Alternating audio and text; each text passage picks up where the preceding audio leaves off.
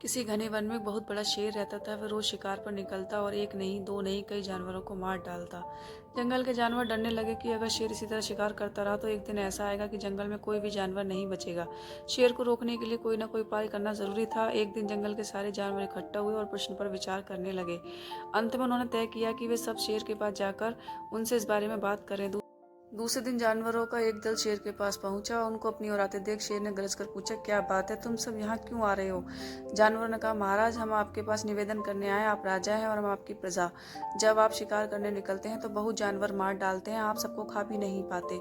इस तरह से हमारी संख्या कम होती जा रही है। अगर ऐसा ही होता रहा तो कुछ ही दिनों में जंगल में आपके सिवाय कोई और नहीं बचेगा। प्रजा के बिना राजा भी कैसे रह सकता है? यदि हम सभी मारे जाएंगे तो आप भी राजा नहीं रहेंगे। हम चाहते हैं कि आप सदा हमारे राजा बने रहे हैं। आपसे हमारी यही विनती है कि आप अपने घर पर ही रहा करें। हर रोज स्वयं आपके खाने के लिए एक जानवर भेज दिया करेंगे। इस तरह से राजा और प्रजा दोनों ही चैन से रह सकेंगे। शेर को लगा कि जानवरों की बातों में सच्चाई है।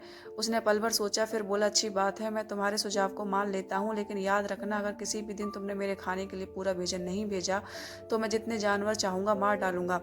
जानवरों के पास कोई और चारा नहीं था, इसलिए उन्होंने शेर की शर्त मान ली और अपने अपने घर चले गए। उस दिन से हर रोज शेर के खाने के लिए एक एक जानवर भेजा जाने लगा। इसके लिए जंगल में रहने वाले सब जानवरों में से एक एक जानवर बारी बारी से चुना जाता था। कुछ दिन बाद खरगोश की बारी भी आ गई। शेर के भोजन के लिए एक नन्हे से खरगोश को चुना गया। वह खरगोश जितना छोटा था उतना चतुर भी था। उसने सोचा, बेकार में शेर के हाथों से मरना मूर्खता है।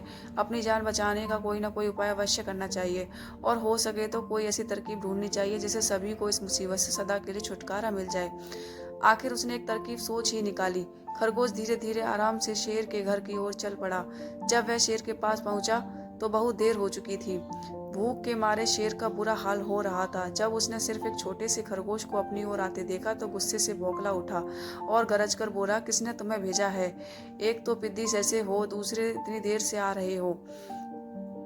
जिन बेवकूफ़ों ने तुम्हें भेजा है मैं उन सबको ठीक करूंगा। एक एक का काम तमाम न किया तो मेरा नाम भी शेर नहीं। नन्हे खरगोश ने आदर से जमीन तक झुककर कहा, महाराज, आप कृपा करके मेरी बात सुन लें तो मुझे या और जानवरों को दोष नहीं देंगे। वे तो जानते थे कि एक छोटा सा खरगोश आपके भोजन के लिए पूरा नहीं पड़ेगा, इसलिए उन्होंने 6 खरगोश भेजे थे, लेकिन रास्ते में हमें एक और शेर मिल गया। उसने 5 खरगोशों को मारकर खा लिया। यह सुनते ही शेर दहाड़कर बोला, क्या कहा? दूसरा शेर? कौन है वह? तुमने उसे कहाँ देखा? महाराज, वह तो बहुत ही बड़ा शेर है। खरगोश ने कहा, वह जमीन के अंदर बनी एक बड़ी सी गुफा में से निकला था। वह तो मुझे ही मारने जा रहा था, पर मैंने उससे कहा, सरकार, आपको पता नहीं कि आपने क्या अंधेर कर दिया है। हम सब अपने महाराज के भोजन के लिए जा रहे थे, लेकिन आपने उनका सारा खाना खा लिया है। हमारे महाराज ऐसी बातें सहन नहीं करेंगे। वे जरूर ही यहाँ आकर आपको मार डालेंगे। इस पर उसने पूछा, कौन है तुम्हारा राजा? मैंने जवाब दिया, हमारा राजा जंगल का सबसे बड़ा शेर है। महाराज, मेरा ऐसा कहते ही वे गुस्से से लाल पीला होकर बोला, बेवकूफ, इस जंगल का राजा सिर्फ मैं हूँ। यहाँ सब जानवर मेरी प्रजा हैं। मैं उनके साथ जैसा चाहूँ वैसा कर सकता हूँ। जिस मूर्ख को तुम अपना राजा कहते हो, उस चोर को मेरे सामने हाजिर करो। मैं उसे बताऊंगा कि असली राजा कौन है। महाराज, इतना कहकर उस शेर ने आपको लेवाने के लिए मुझे यहाँ भेज दिया। खरगोश की बात सुनकर शेर को बड़ा गुस्सा आया और वह बार बार गरजने लगा। उसकी भयानक गरज से सारा जंगल दहलने लगा। मुझे फौरन उस मूर्ख का पता बताओ, शेर ने दहाड़कर कहा। जब तक मैं उसे जान से न मार दूंगा मुझे चैन नहीं मिलेगा। बहुत अच्छा महाराज, खरगोश ने कहा, मौत ही इस दुष्ट की सजा है। अगर मैं और बड़ा और मजबूत होता तो मैं खुद ही उसके टुकड़े टुकड़े कर देता। चलो रास्ता दिखाओ, शेर ने कहा। फौरन बताओ किधर चलना है। इधर आइए महाराज, इधर। खरगोश रास्ता दिखाते हुए शेर को एक कुएं के पास ले गया और बोला, महाराज, वह दुष्ट शेर जमीन के नीचे किले में रहता है। जरा सावधान रहिएगा, किले में छुपा दुश्मन खतरनाक होता है। मैं उससे निपट लूंगा। शेर ने कहा, तुम यह बताओ कि वह कहाँ है? पहले जब मैंने उसे देखा था तब तो वह यहीं बाहर खड़ा था। लगता है आपको आता देखकर वह किले में घुस गया। आइए मैं आपको दिखाता हूँ। खरगोश ने कुएं के नजदीक आकर शेर से अंदर झांकने के लिए कहा। शेर ने कुएं के अंदर झांका तो उसे कुएं के पानी में अपनी परछाई दिखाई दी। परछाई को देखकर शेर जोर से दहाड़ा।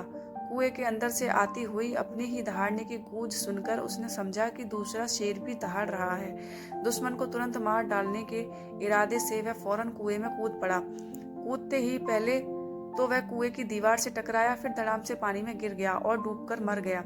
इस तरह चतुराई से शेर से छुट्टी पाकर नन्हा खरगोश घर लौटा। उसने जंगल के जानवरों को शेर के मारे जाने की कहानी सुनाई। दुश्मन के मारे जाने की खबर से सारे जंगल में खुशी फैल गई। जंगल के सभी जानवर खरगोश की जय जयकार करने लगे। सीख, घोर संकट की परिस्थितियों में भी हमें सूझबूझ और चतुराई से काम लेना चाहिए और आखिरी दम तक प्रयास करना चाहिए। सूझबूझ और चतुराई से काम लेकर हम भयंकर संकट से उबर सकते हैं और बड़े से बड़े शक्तिशाली शत्रु को भी पराजित कर सकते हैं।